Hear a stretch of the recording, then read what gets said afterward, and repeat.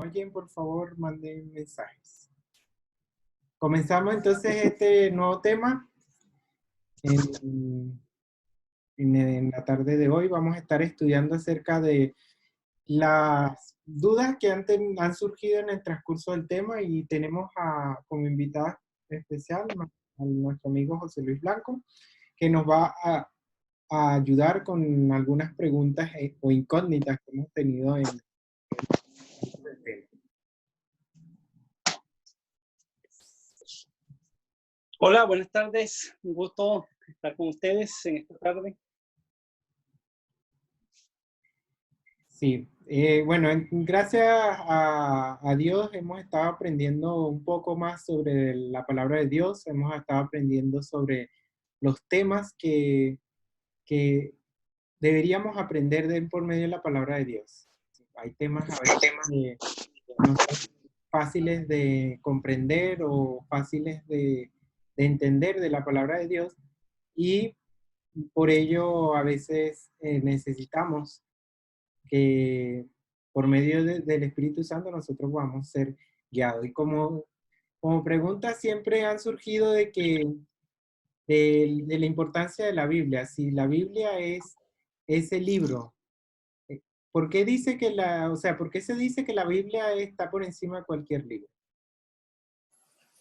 Bueno, una prueba irrefutable de que está por sobre cualquier otro libro es que se ha podido mantener a través de la historia. Desde sus primeros escritos hasta hoy en día todavía se mantiene. Ningún otro libro ha podido superar la antigüedad. Hay libros muy antiguos, pero nunca más allá de la Biblia. Él ha soportado el tiempo, ha soportado los abates de todos aquellos que han querido destruirla. Por ejemplo, Voltaire la quiso destruir. Dijo que en tanto tiempo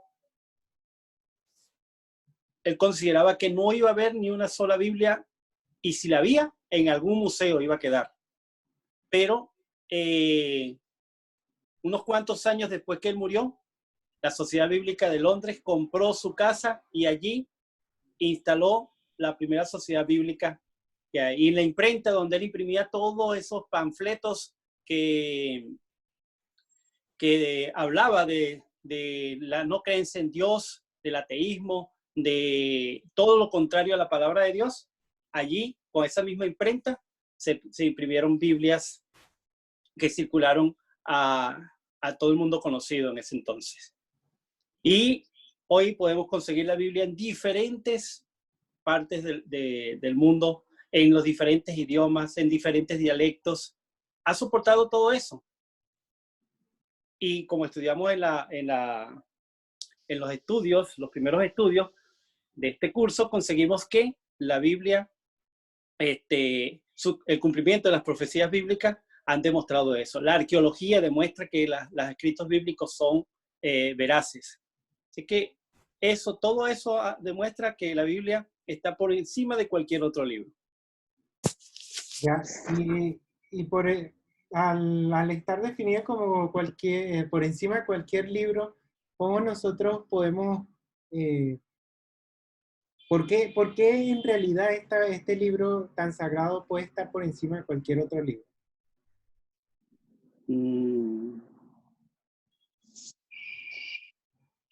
No entiendo la pregunta, ¿me la puedes repetir? O sea, expliqué. tú acabas de decir de la parte de que cualquier libro, o sea, está por encima de cualquier libro, pero ¿cómo puedo yo corroborar que eso está por encima, o sea, este libro está por encima de cualquier otro libro? El cumplimiento de las profecías bíblicas, ¿sí?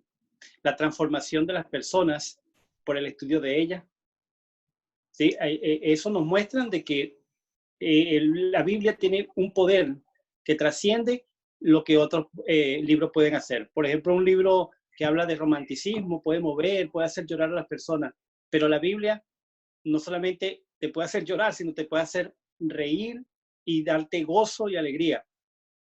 ¿Por qué? Porque te presenta algo que trasciende nuestra vida presente, va hacia la vida futura.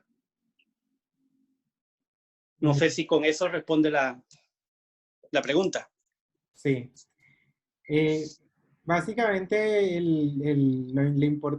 la importancia de la Biblia va en que en ella podemos encontrar muchas cosas y era lo que hablamos en los temas anteriores, que a veces queremos buscar del amor o de la ciencia o del futuro y nos ponemos a buscar en cualquier otro libro, pero la Biblia lo tiene todo ahí en un solo libro. Ahora, hablando de profecía, la Biblia nos dice algo importante porque pareciera que mostrara todo en código. ¿Por qué Coco coloca las cosas en código? Por ejemplo, en la clase del futuro, si podemos conocer el futuro, veíamos que los profetas vieron los aviones, pero no hacen referencia a un avión con alas, un motor, sino dice como palomas que se asoman por la ventana.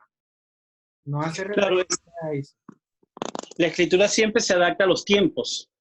Cuando el profeta escribió sobre esa profecía que hace referencia, él no veía cómo explicarle a los hombres de ese entonces lo que él estaba viendo. Así que lo hizo con el lenguaje que ellos podían entender. El Señor dice que no hará nada sin que lo revele a sus siervos los profetas. Y Él lo ha revelado y muchas veces en código para que solo los entendidos, solo aquellos que profundizan en su palabra puedan comprenderlo. Así que están esos códigos. Cuando vas a leer un libro que está codificado, tienes que conocer el código, ¿sí? Entonces, una vez que tú conoces el código, puedes saber qué fue lo que se escribió.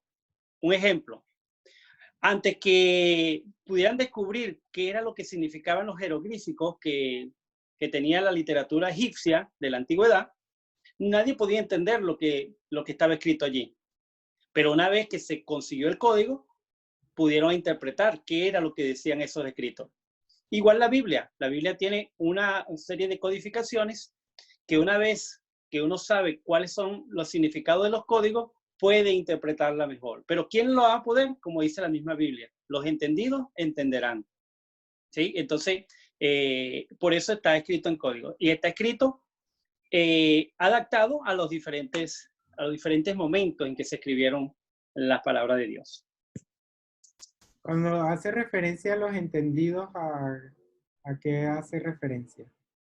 Hace referencia a aquellos que buscan con diligencia la palabra de Dios, que tienen hambre y sed de la palabra de Dios y quieren profundizar en sus estudios y con un espíritu contrito, pidiendo la dirección del Espíritu Santo, quien es el inspirador de la palabra de Dios, entonces lo que lo hacen de esa manera, consiguen entender los códigos e interpretar lo que los escritos están diciendo. Yeah. Algo importante que hemos estado viendo en los temas como tal es la parte de las personas, que siempre Dios nos creó perfectos, éramos unas personas perfectas, pero dice que en un momento entró el mal. Si Dios es bueno, ¿por qué entró el mal?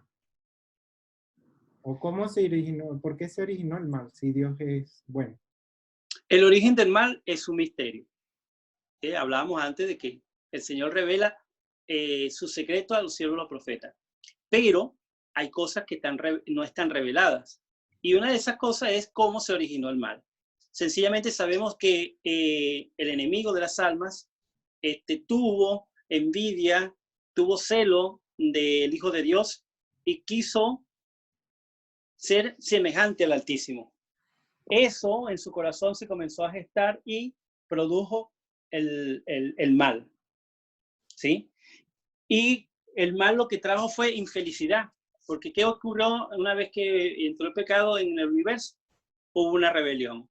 Satanás comenzó a engañar a los ángeles y ahora todo lo que era armonía, paz y tranquilidad se convirtió en tristeza, separación, odios y el enemigo trajo tras sí a muchos ángeles. Y después quiso trasladar esa rebelión a los diferentes mundos. Lamentablemente, esa rebelión llegó a este mundo también y aquí cedimos a la influencia del mal. ¿Cuál es la consecuencia del mal? El Señor lo dice en su palabra. La paga del pecado es la muerte, es la tristeza, es el dolor. Así que todos los que transgreden la ley de Dios, porque el pecado es transgresión de la ley, se contaminan de todo eso y heredan toda esa situación de maldad, de lloro, de llanto, de muerte. Como dije antes, la paga del pecado es la muerte. Así que el hombre puede llegar a ser feliz si obedece la palabra de Dios. Cada vez que el hombre se acerca más a Dios y obedece su palabra, consigue la felicidad que se perdió. Y el resultado final de la lucha entre el bien y el mal va a ser felicidad. Cristo garantizó eso en la cruz del Calvario y 3 días después que murió en la cruz del Calvario, resucitando de la tumba de José de Arimatea. Allí, él garantizó entonces que vamos a obtener esa felicidad que se perdió. Pero ¿por qué hoy sufrimos de esa situación de dolor, de miseria, de maldad? Es producto del pecado. El hombre prefiere obedecer a Satanás antes que a Dios. Si el hombre cambia esa actitud, y en eso tenemos la oportunidad todos, y vamos en busca de Dios, vamos a tener felicidad. Acá la vamos a poder gozar en este mundo, a pesar de todo el dolor que hay alrededor y que podemos experimentar también. Pero al final vamos a tener el premio de la salvación en Cristo Jesús.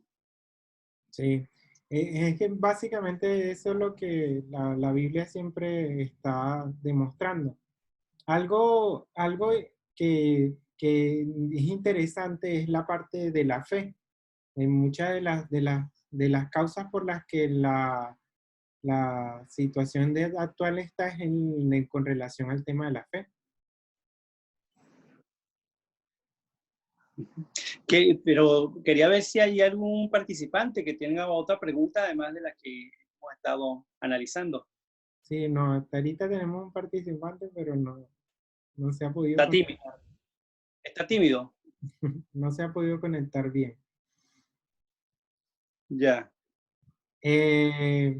Mientras tanto, Bueno, seguimos con estas preguntas, más o menos que podrían, que más comunes que se pueden dar, ¿no?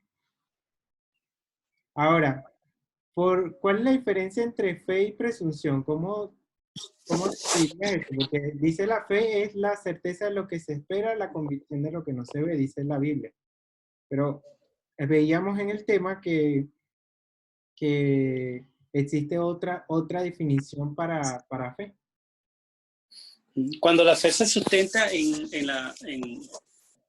el hombre mismo, no es fe. Por ejemplo, y creo que en el tema lo menciona, una persona que está enferma, ha puesto una pastilla en la mesa de noche y junto con la pastilla hay también una pastilla de veneno, él confía de que allí va a obtener la sanación tomándose la pastilla, ¿sí? Pero toma la pastilla y es la que no es la que va a sanarlo, sino más bien la que lo va a matar. Y él se la toma con la fe de que se va a curar y al final no se cura, sino más bien se envenena. Eso es creer, no es fe. Fe es eso, precisamente lo que declara la Biblia. Es la demostración de las cosas que se esperan. Como en Hebreos capítulo 1, es pues la fe, la sustancia de las cosas que se esperan, la demostración de lo que no se ve. Nosotros no vemos a Dios, pero sabemos que Él está aquí, Él está en medio nuestro, Él está inspirando nuestras vidas, Él quiere nuestra salvación. ¿Y cómo tenemos certeza de eso? Precisamente las vidas transformadas, las personas que van siendo transformadas día a día por el poder de Dios y por el poder de la fe, esos son los que están demostrando verdadera fe. Abraham, ¿cómo demostraba su fe? ¿Cómo demostraba que tenía fe? Obedeciendo la palabra. El resultado de la obediencia lleva a acciones. Y eso es lo que ocurría con Abraham. ¿Sí? Entonces, por eso se le dice a él al padre de la fe. Entonces, él no tenía presunción. Presunción es cuando yo creo las cosas, pero no soy obediente. a lo que esa palabra dice. Entonces, ahí vemos la diferencia entre una cosa y la otra, en la presunción y la verdadera fe. Abraham tenía una fe sencilla. ¿Cómo lo demostró? Obedeciendo. Porque el Señor le dijo, dame a tu hijo, tu único, y él obedeció. ¿Cómo sabemos que obedeció? Por la acción que tomó. Y así debe ser nuestra fe. Nuestra fe debe ser así. Él estaba viendo como al invisible. Y la Escritura nos dice, la inspiración nos dice que él tenía fe de que aun si él le quitaba la vida a Isaac, el Señor iba a levantarlo de los muertos. Él no veía eso, pero él tenía la certeza de que Dios iba a cumplir la promesa que le había hecho, de que en él serían benditas todas las naciones, de que tendrían muchedumbre de gente en su descendencia. Él lo creyó y obedeció, y su obediencia se vio en obras. Exacto. Es como cuando vamos al médico y nos da una receta y no le hacemos caso. Al final no estamos creyendo en lo que el médico nos está diciendo. Igual sucedería con nosotros. Vamos a Dios, Dios nos dice cuál es el camino, pero no lo transitamos porque queremos hacer nuestras propias acciones. Entonces, al final no estoy ejerciendo fe en lo que Dios me dice, sino en... Ahí tienes el ejemplo que diste en el estudio del malabarista o el equilibrista en las cataratas del Niágara. Al final las personas decían que creían que él podía hacer eso, pero no creyeron realmente, porque si hubiesen tenido fe en que él podía hacer eso, se hubiesen puesto en la silla, pero no tenían fe. Era pasajero eso. Exacto. El Señor quiere que tengamos una fe que nos permita hacer todo lo que Él nos dice sin preguntar, sin hacer otra cosa, sino obedecer. Exactamente. Ahora, aparte de la fe, o sea, después que ejercemos fe en todo lo que Dios nos dice, entramos en 3 puntos importantes que siento que no pudieron quedar claros en el tema anterior, que es la parte de la justificación, santificación y glorificación. ¿A qué se hace referencia allí? Al final estamos hablando de un solo tema, que es la justificación. Le ponemos un apellido, justificación por la fe. ¿Sí? Tenemos un solo tema. La justificación es una sola.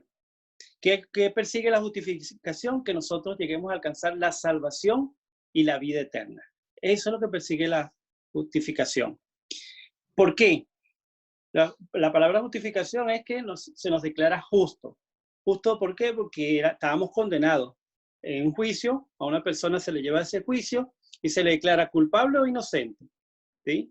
El Señor, haciendo ese juicio, nos declara a nosotros, o no haciendo ese juicio, sino que cuando nosotros creemos en Él, Él nos dice que somos justificados, porque hemos creído en Él. Ejemplo, el hombre de la cruz, el ladrón en la cruz. Él creyó en Jesús, lo confesó allí, confesó de que Él era el Hijo de Dios, y el Señor lo justificó. Y le prometió que él iba a alcanzar el objetivo final, ¿no? Que es de la justificación, que es la salvación. Ahora, una vez que nosotros hemos sido declarados justos, ¿sí? El Señor nos dice, tú eres justo porque tú estás creyendo en los méritos que yo pongo para la salvación tuya. ¿Cuál es ese mérito? La sangre de Cristo. Su propia sangre derramada en la cruz del Calvario es la que le da al hombre la posibilidad de salvación. Y todo aquel que cree en Jesús como su Salvador, como su Señor, el Señor entonces ahora lo declara justo, ¿sí? Ahora, una vez que somos declarados justos, porque creemos en Jesús como nuestro Salvador, viene el proceso por el cual nosotros vamos siendo perfeccionados para alcanzar un estado más elevado, volver al estado original del ser humano. Ese proceso que se da a diario se le llama santificación, que es el mismo proceso de justificación, pero como dice la palabra, en proceso. Voy haciendo una transformación diaria, pero no que yo la hago por mis propios méritos, sino que por los méritos de Cristo, dejando que Cristo vive en mi ser, como dice la Escritura, que Él está a las puertas. Si yo le abro la puerta, Él entra y vive en mí, todas las cosas malas empiezan a desaparecer, empieza a cambiarse la vida. Y eso es un continuo proceso, porque hay una lucha entre el viejo hombre, o sea, el hombre que era carnal, y el hombre espiritual, que quiere la salvación, lucha por la salvación y la obtiene solo con los méritos de Cristo en su vida. Cada día se debe ir pareciendo más a su Salvador. Cada día debe ser un verdadero cristiano, porque cristiano es seguidor de Cristo. Entonces, cada día vamos haciendo ese proceso. A eso se le llama santificación, que es la segundo paso de la justificación. El tercer paso de la justificación es la glorificación, que es una vez que he completado todo el proceso, donde he alcanzado la estatura de un varón perfecto, que es Cristo Jesús, y Él viene en las nubes de los cielos, y he sido hallado salvo, porque completé todo el proceso, ahora voy a la glorificación. Entonces lo podemos entender la justificación es cuando yo comienzo la carrera. La santificación es todo el proceso de estudios, exámenes, hasta que llego al proceso de graduarme. Cuando me gradúo y paso a la tercera fase, estoy ahora glorificado. Y eso ya no hay vuelta atrás. En el proceso de santificación, sí ocurre, porque yo puedo dejarlo. Creo en Jesús y el enemigo me entrampa y yo obedezco al enemigo y me salgo del camino o del proceso de la santificación. Allí ya perdí el proceso. Pero todavía, mientras haya gracia, puedo volver a comenzar. Vuelvo al proceso de justificación, creo en Jesús como mi Salvador, voy nuevamente, hago el proceso de santificación y el de glorificación. Ahora, cuando llego al de glorificación ya no hay vuelta atrás porque ya he sido completamente salvo, que es el objetivo final de la justificación por la fe. Ya. Entonces, es importante que esto lo tomen en cuenta y repasemos el estudio porque en la Biblia se nos guarda todos estos puntos importantes en la palabra de Dios que son los que nos van a llevar a obtener esos 3 pasos importantes en nuestra vida. Que en realidad comienzan al momento en que empiezo a conocer a nuestro Señor Jesucristo. Cuando empezamos a conocerlo y a confiar en Él es que nosotros podemos llegar después a dar esos 3 pasos para llegar al cielo. Ahora, ¿cómo puedo ser perfecto? Porque hace mención allí la parte de la santificación, que dice que nosotros tenemos que llegar a la misma altura de la perfección de Dios. ¿Cómo puedo yo llegar a ser perfecto igual a Dios si el mismo Dios dice en la Biblia que no hay en la tierra justo ni aún uno? El Señor habla de la perfección. Ser perfectos como yo soy perfecto. Pero también se nos dice que tenemos que ser perfectos en nuestra esfera, así como Él es perfecto en la suya. En nuestra esfera de acción, relacionándonos con las demás personas, nosotros tenemos que mostrar perfección.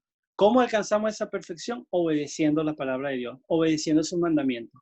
Cuando yo soy guardador del sábado, cuando yo no tengo dioses ajenos delante de mí, cuando yo no tomo el nombre de Dios en vano, ¿sí?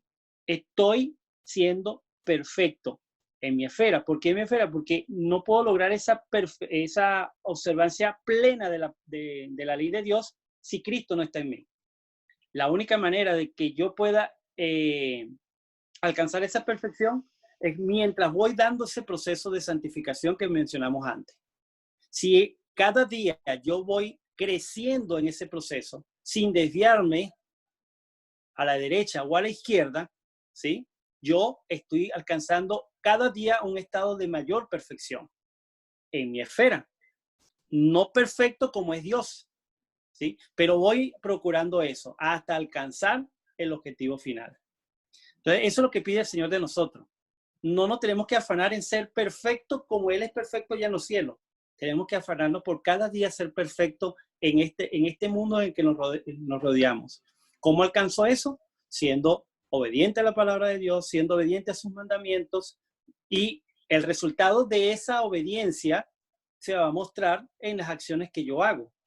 Es como el caso de Abraham que mencioné antes, ¿sí? Abraham tenía fe en Dios. ¿Por qué? Porque le obedecía. ¿Cómo demostraba él que le obedecía a Dios? Por las acciones que al final tomaba. Abraham no hacía acciones para demostrarle a Dios de que él amaba a Dios, sino que él hacía acciones producto de su obediencia a la palabra de Dios. ¿Sí? Así el Señor pide que nosotros seamos como Abraham, que tengamos obediencia, que vayamos día a día perfeccionándonos, ¿sí? Y esa es la perfección que Él pide de nosotros. No la perfección que Él tiene allá en los cielos, sino la perfección que nosotros podemos alcanzar día a día en este conflicto entre el bien y el mal. Sí. En la perfección nunca la vamos a igualar a la de Dios en cuanto a esa perfección completa, pero sí lo podemos intentar y dar nuestro mayor esfuerzo, porque era lo que hablamos en los temas. A veces nosotros queremos lograr obtener esa perfección de nuestro carácter y no lo logramos. ¿Pero por qué no logramos? Porque no estamos dando el primer paso. El primer paso lo tenemos que dar nosotros. Y después que nosotros demos ese primer paso, Dios nos da el resto del paso para alcanzar a Cristo o llegar a de Dios. Bueno, y por último, vamos a hacer una última pregunta y sería, ya después que tengo todo ese conocimiento, muchas personas se pueden estar haciendo la pregunta, ¿cómo puedo hacer que Dios haga ese cambio en mí? ¿Cómo puedo yo lograr que ese cambio lo haga Dios en mí? ¿Cómo puedo lograr ese cambio? Primero tengo que conocer la voluntad de Dios. ¿Cuál es la voluntad de Dios? Nuestra salvación. La voluntad que Él tiene para con el hombre es que seamos salvos. ¿Y cómo podemos obtener ese conocimiento? Leyendo su palabra. Escudriñad las Escrituras porque a vosotros os parece que en ellas tenéis la vida eterna y ellas son las que dan testimonio de mí. O sea, si queremos conocer más de Dios, tenemos que estudiar la Biblia. Si queremos ser cada día más perfectos, tenemos que conocer la palabra de Dios para obedecerla y entonces alcanzar cada día un estado de mayor perfección. ¿Cómo puedo llegar a ser feliz con ellos? ¿Sí? No solamente estudiándola, sino tener el buen propósito de llevarlo a la práctica, todo ese conocimiento. Sí, pues eso es la forma en que yo muestro de que cada día voy cambiando, de que voy perfeccionándome. La voluntad de Dios, como dije antes, está en su palabra. Si yo escudriño las Escrituras, voy conociéndolo. El Señor se presenta a nuestro corazón y nos dice en Apocalipsis 3:20, yo estoy a la puerta y llamo. Si alguno abriere la puerta, entraré a él, cenaré con él y él conmigo. Sí, y eso es lo que pide el Señor, que le abramos la puerta de nuestro corazón. Si le abrimos la puerta, Él va a entrar y va a hacer un cambio en nuestras vidas. Nos va a capacitar para que nosotros podamos obedecer. Y obedeciendo, vamos a tener acciones producto de esa obediencia. Y esas acciones van a llevarnos a cada día ir perfeccionándonos, cambiando. Es lo que ocurre más vívidamente, lo podemos observar con una persona que es alcohólica. Conoce la palabra de Dios. El Señor hace una transformación en su vida porque ese hombre le abre la puerta de su corazón. Quiere cambiar, quiere ya no ser alcohólica. Y el Señor le da ahora el poder de esa transformación. Pero es porque Él se lo permitió.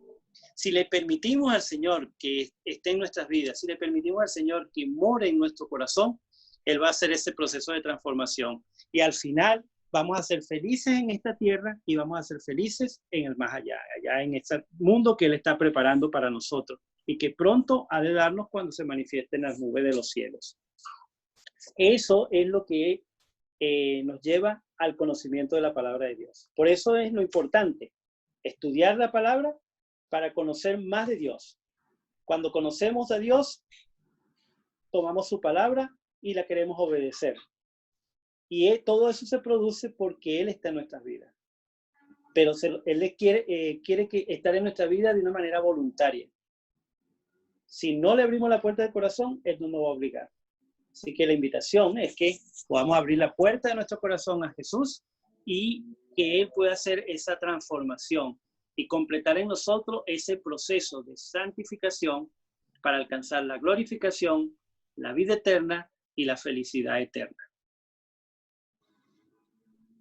Sí, gracias le damos a nuestro invitado del tema de hoy. Gracias por aclararnos algunas dudas que teníamos del tema. Espero que puedan estar atentos al grupo que ya se creó de estudio y también a los mensajes, que puedan conectarse con nosotros, comunicarse con nosotros y podamos compartir juntos este maravilloso tema y aprender cada día más de su palabra.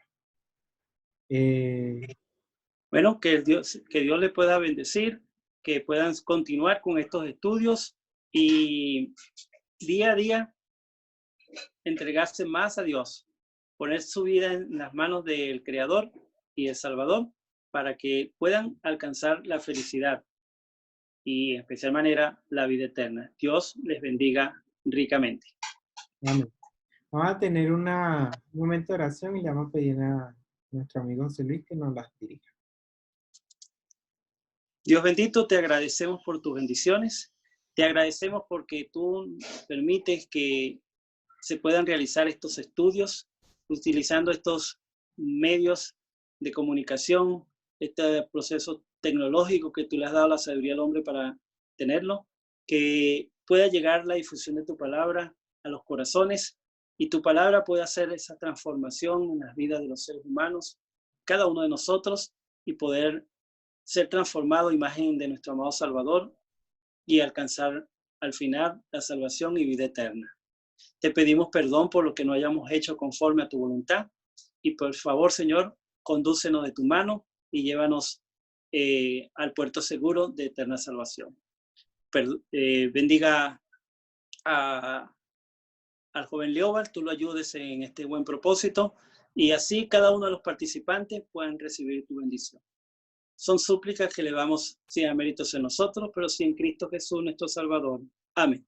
Amén. Gracias a todos los que puedan ver este video y que Dios les siga bendiciendo. Amén.